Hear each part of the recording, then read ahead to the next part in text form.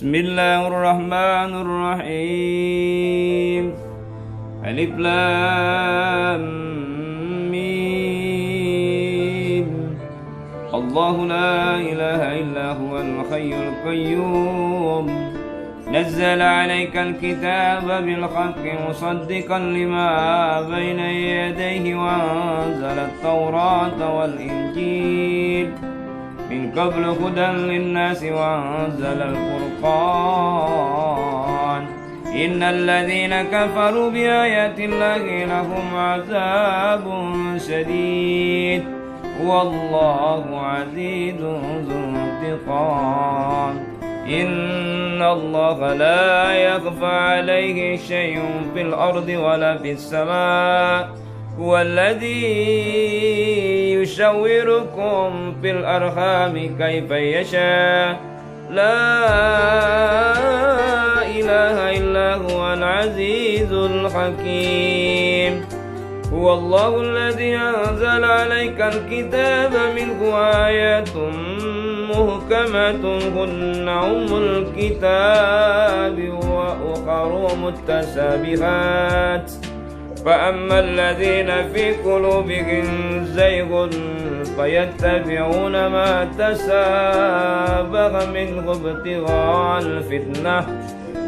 ابتغاء الفتنة وابتغاء تأويله وما يعلم تأويله إلا الله والراسخون في العلم يقولون آمنا به كل من عند ربنا وما يذكر إلا أولو الألباب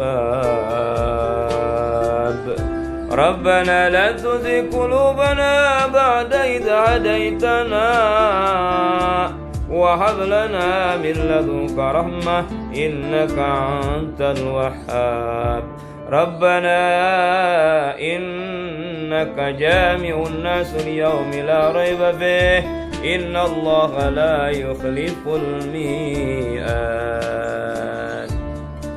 صدق الله العلي العظيم وصدق رسوله النبي الكريم ونحن على ذلك من الشاهدين والشاكرين والحمد لله رب العالمين. Assalamualaikum warahmatullahi wabarakatuh. Alhamdulillah di kulli hal. Asyhadu an la ilaha illallah wa asyhadu anna sayyidana wa nabiyyana Muhammadan abduhu wa rasuluh. Wa shalli ala hadzal nabiyil karim sayyidina Muhammad wa ala ali sayyidina Muhammad. Qala Allah ta'ala fil Qur'anil Karim wa laqad nasarakumullahu bi Badrin wa antum adillatun fattaqullaha la'allakum tashkurun. Man da'a ilal huda kana lahum minal ajri mislu ujuri mim tabi'ahu. Bersyukur dan bersyukur kehadirat Allah. Bersalawat kepada baginda Rasul Nabi kita Muhammad sallallahu alaihi wasallam. Mudah-mudahan kita selalu dalam kapabilitas dianugerahi ridha oleh Allah Subhanahu wa taala. Ibadah yang kita lakukan dalam bulan yang kemuliaan ini mudah-mudahan menjadi titik-titik amaliyah kesolehan kita di hadapan Allah Subhanahu wa taala. Makanya kami selalu mengajak bersyukur dengan mengucapkan alhamdulillah kepada Allah. Selalu bersolawat kepada baginda Rasul dengan mengucapkan Allahumma sholli ala sayyidina Muhammad wa ala ali sayyidina Muhammad. Mudah-mudahan sahabat-sahabat saya, teman-teman saya, guru-guru saya, orang-orang tua saya, semua kita dalam kapabilitas selalu berusaha mencari ridha Allah Subhanahu wa taala. Amin ya rabbal alamin.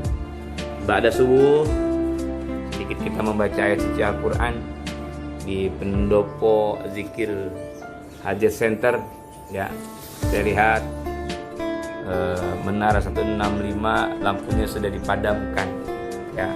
Sambil menunggu matahari yang terbit kita melanjutkan pembicaraan spiritual kita. Mudah-mudahan pembicaraan ini bermanfaat. Amin ya rabbal alamin.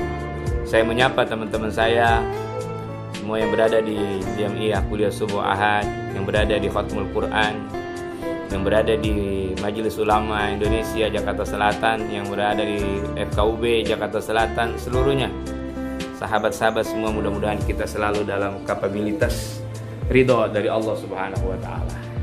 Artinya kita selalu berupaya, kita selalu berbuat, kita selalu bermunajat kepada Allah agar langkah hidup kita selalu diberikan keberkahan oleh Allah Subhanahu wa taala. Dalam kesempatan yang mulia ini, hari ke-19 daripada Ramadan, kemarin kita mengungkapkan bahwa ada 5 elemen, ada 5 substansi yang mempunyai keterkaitan erat dengan ibadah Ramadan, yaitu puasa Ramadan. Puasa yang di dalamnya Al-Quran Allah Subhanahu wa taala turunkan kepada baginda Rasul sallallahu alaihi wasallam di dalam melanjutkan risalah amanah yang diberikan Allah Subhanahu wa taala, yang di dalam Al-Quran itu tidak kurang dari 5 garis besar utama. Yang pertama ada tentang akidah, keyakinan. Yang kedua tentang muamalah. Dan yang ketiga tentang syariah. Ada tentang akhlak, ada tentang hukum, dan ada juga tentang sejarah. Ada juga yang menambahkan tentang apa yang dinamakan iptek atau ilmu pengetahuan. Hari ini kami mencoba ingin mengemukakan satu di antara 5 itu, yaitu peristiwa-peristiwa istimewa yang terjadi pada zaman Rasulullah SAW di lingkup Ramadan. Dan juga tentunya untuk umat Rasulullah SAW, kita sebagai umat Rasulullah, pelanjut daripada perjuangan Rasulullah SAW, kita yakin kita nanti akan bersama-sama dengan Rasulullah SAW. Amin ya rabbal alamin. Hadirin teman-teman, sahabat-sahabat sekalian yang berbahagia, ternyata Allah Subhanahu wa taala sudah meriwayatkan di dalam Al-Quran bagaimana peristiwa-peristiwa yang istimewa di dalam Al-Quran. Sengaja kami ungkapkan satu peristiwa yang mendasar yang ada di dalam Al-Quran. Salah satunya adalah diturunkannya Al-Quran itu terjadi di bulan suci Ramadan. Ya, Al-Quran adalah konstitusi kehidupan dan juga konstitusi kebenaran. Ya, kalau ada orang yang hidup tidak berargumentatif, tidak berreferensi kepada isi kandungan Al-Quran, kita dapat kemukakan bahwa kehidupannya itu akan tersia-siakan di hadapan Allah Subhanahu wa taala. Tersia-siakan artinya tidak mempunyai nilai guna.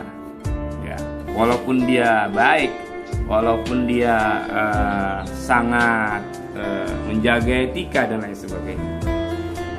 Memang kalau Menara 165 tidak dihidupkan lampunya, view-nya kurang begitu menarik. Ya, karena memang sudah ba'da subuh. Ya, matahari di ufuk sana sudah akan bergerak muncul. Ya. Jadi Allah Subhanahu wa taala pernah berfirman di dalam Al-Qur'an, tepatnya di Ali Imran ayat 123, Allah berfirman, "Walaqad nasarakumullahu bi Badrin wa antum adillah." Ya, fattaqullaha la'allakum tashkurun. Artinya sungguh Allah telah menolong kamu dalam peperangan yang besar, yaitu Badar. Ya. Padahal kamu adalah ketika itu orang-orang yang lemah. Karena itu bertakwalah kepada Allah agar kamu mensyukuri nikmat-nikmat Allah. Ya, Ali Imran 123. Sahabat-sahabat sekalian yang dimuliakan Allah, jadi banyak peristiwa-peristiwa besar yang dilakukan atau dialami oleh baginda Rasul sallallahu alaihi wasallam untuk memasuki perjuangan itu. Ya. Salah satunya tadi. Jadi peristiwa istimewa di dalam Islam terjadi dalam Ramadan, yang pertama adalah diturunkannya Al-Quran. Ya. Wa nunazzilu minal Qur'ani ma huwa syifaa wa rahmatul lil mu'minin. Bahkan di ayat yang lain dikatakan Al-Quran itu pengingat kepada manusia, penyelamat kepada manusia. Itu terjadi di bulan mulia yaitu Ramadan, dialami oleh baginda Rasul sallallahu alaihi wasallam. 6.666 ayat, 114 surat, 30 juz, ya, diterima oleh Rasulullah SAW secara berangsur-angsur. Dari mulai pertama diterima oleh Allah, Iqra bismi rabbikal ladzi khalaq, khalaqal insana min 'alaq, Iqra wa rabbukal akram, alladzi 'allama bil qalam, 'allamal insana ma lam ya'lam. Diterima oleh Rasul langsung dari Allah melalui malaikat Jibril dan langsung diterima oleh Rasulullah SAW. Inilah kehebatan Al-Quran. Ya, itu sejarahnya setelah Rasulullah berdiam diri, bermunajat kepada Allah. Ketika umur 40 tahun Rasulullah diangkat menjadi Rasul dan diterimakan Al-Quran dari Allah melalui malaikat Jibril yang agung. Artinya Rasulullah sudah menerima amanah membawa satu agama dengan yang namanya kitab suci Al-Quranul Karim. Terakhir Rasulullah menerima Al-Quran surat Al-Maidah, ya, ayat yang ketiga, "Al-yauma akmaltu lakum dinakum wa atmamtu alaikum nikmati wa raditu lakumul Islam madina." Ini bagian yang tidak bisa kita elakkan. Al-Quran pertama dan juga Al-Quran yang terakhir. Artinya Rasulullah SAW sudah sah menjadi seorang nabi ketika beliau menerima Al-Quranul Karim. Itulah Al-Quran. Jadi kalau kita lihat peristiwa-peristiwa yang agung di dalam Ramadan pada zaman Rasulullah SAW, salah satunya adalah Rasulullah menerima Al-Quranul Karim, ya, sebagai pegangan hidup kita, sebagai konstitusi beragama kita dengan sebaik-baik. Itu para sahabat sekalian rahimakumullah. Jadi dengan Al-Quran yang diturunkan di Ramadan, akhirnya Ramadan itu mempunyai satu keistimewaan yang luar biasa. Yang kedua, Rasulullah SAW pada saat terjadi Ramadan menerima Al-Quran dan Rasulullah diangkat menjadi Rasul oleh Allah Subhanahu wa Ta'ala. Makanya pertama tentang membaca, yang kedua tentang justifikasi penguatan Rasulullah SAW sebagai seorang Rasul. Selanjutnya ada satu peristiwa yang sangat besar di dalam perjalanan Islam oleh Rasulullah SAW dan juga terjadi di kemuliaan Ramadan. Apa itu? Perang Badar, atau lebih kenal dengan namanya Ghazwah Badar, Perang Badar, ya. Dan juga Fathul Makkah, pembebasan kota Mekah yang dilakukan oleh baginda Rasulullah SAW dengan para sahabat-sahabat beliau. Itu juga terjadi di bulan suci Ramadan. Nah, ini yang menarik nih, peristiwa sejarah yang tidak bisa kita elakkan, bagaimana Ramadan dan bagaimana Perang Badar, ya. Satu riwayat dan satu sejarah, ya. Ramadan itu terjadi Perang Badar pada tanggal 17 Ramadan tahun kedua dari hijrahnya Rasulullah SAW. Hampir sama dengan perintah ibadah puasa yang terjadi di tahun kedua hijrahnya Rasulullah SAW dari kota Makkah ke kota Madinah setelah mengalami tekanan-tekanan yang sangat luar biasa dari kafir Quraisy, ya. Tekanannya luar biasa dari kafir Quraisy. Akhirnya Rasulullah SAW menerima perintah untuk hijrah, tahun hijrah. Dari para sahabat-sahabat sekalian, yang pertama tentang Al-Quran, yang kedua tentang pengangkatan Nabi diangkat menjadi Rasul, itu terjadi di bulan agung yaitu bulan Ramadan. Dan yang ketiga yaitu Perang Badar, tahun 17 Ramadan tahun kedua hijrah, bertepatan dengan tahun 624 Masehi. Ada peristiwa yang sangat menarik ketika Rasulullah SAW bermunajat kepada Allah Subhanahu wa Ta'ala. Sahabat-sahabat sekalian, Allahumma anjirli ma wa'adtani, Allahumma ati ma wa'adtani, Allahumma in tuhlikal hadhil isabah min akhlil Islam, min akhlil Islam, min akhlil Islam, la ta'bud fil ardi. Wah, jadi malam ketika akan terjadinya besok Perang Badar itu, Rasulullah munajat kepada Allah, Allahumma anjirli ma wa'adtani, ya Allah, penuhilah janjimu, kata Rasulullah SAW. Ya Allah Azza wa Jal, berikanlah apa yang telah engkau janjikan kepadaku, kata Rasulullah SAW. Ya Allah Azza wa Jal, jika engkau membinasakan pasukan Islam ini, maka tidak akan ada lagi yang beribadah kepadamu. Wah. Min akhlil Islam la tu'bad fil ardi.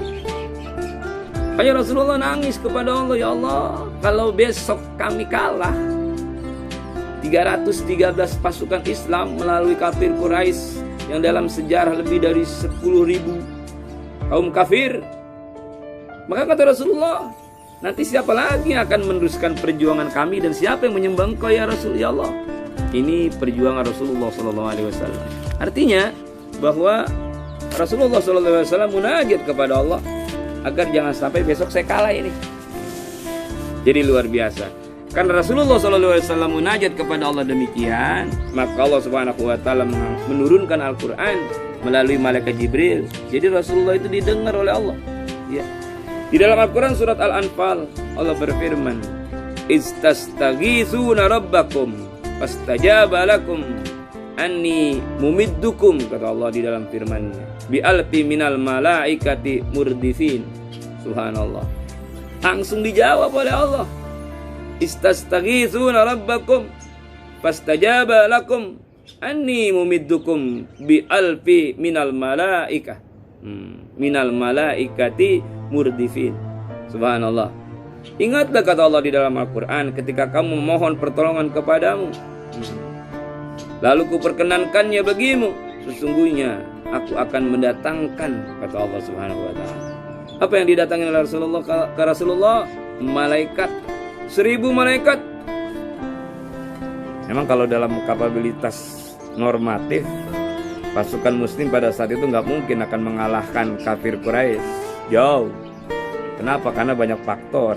Ya, pasukannya belum terlatih, masih sedikit, makanya luar biasa. Ya, Rasulullah SAW munajat kepada Allah di malam itu. Makanya Sayyidina Abu Bakar menepuk pundak Rasulullah, "Ya Rasulullah, sudah, Allah akan mendengar suaramu ya Rasulullah. Allah akan pasti mendengar pengingatanmu ya Rasulullah." Bahasa kita kan, engkau pernah berkata ya Rasulullah di dalam gua Thur, ya kan? Kata Rasulullah, kata Abu Bakar, kan engkau sudah bilang, ya, jangan kau takut, ya, bahwa indah banget kalau menjelang subuh suara burung. Jadi orang Betawi tanpa burung deruk itu nggak nikmat. Tapi kalau orang Betawi ada burung deruk, burung terkutuk, burung terkukur, ada nikmatnya, ada barokahnya, ada tingkat orisinilitas. Ya, bangkit Rasulullah SAW. Ketika itu dilansir di dalam Al-Quran, "Sayukhzamul jam'u wa yuwallun," kata Rasulullah SAW. "Sayukhzamul jam'u wa yuwallun," kata Rasulullah di dalam Al-Quran. Golongan itu pasti akan dikalahkan dan mereka akan mundur ke belakang, kata Rasulullah. Jadi Rasulullah itu berdoa, munajat, ingetin nama Sayyidina Abu Bakar, "Ya Rasulullah, tenang aja, pasti kita ditolong oleh Allah Subhanahu wa taala." Bangkit gairah Rasulullah SAW, "Sayukhzamul jam'u wa yuwalluna." Golongan itu pasti akan dikalahkan dan mereka akan mundur. Karena Rasulullah yakin Allah akan menurunkan berapa tadi? 1000 malaikatnya akan datang berturut-turut. Coba kita pikir, ya. Jadi Allah menolong Rasulullah di bulan Ramadan penuh dengan nikmat-nikmat yang sangat luar biasa. Ini terjadi di kemuliaan Ramadan. Al-Quran diangkat menjadi Rasul. Lantas Rasulullah SAW terjadi perang Badar, yang di situ kalau Rasulullah kalah, Rasulullah atau umat Islam kalah dengan kafir Quraisy sebagai perang pertama, wallahu a'lam bishawab. Tapi Allah Maha Agung, Allah Maha Kuat, Allah Maha segala-galanya yang memberikan kemenangan kepada umat Islam. Jadi sahabat-sahabat sekalian, yakinlah bahwa kemenangan itu adalah milik umat Islam. Nanti tak kapan kita akan diberikan kemenangan oleh Allah Subhanahu wa taala. Kita yang menjalankan ibadah Ramadan pasti diberikan kemenangan.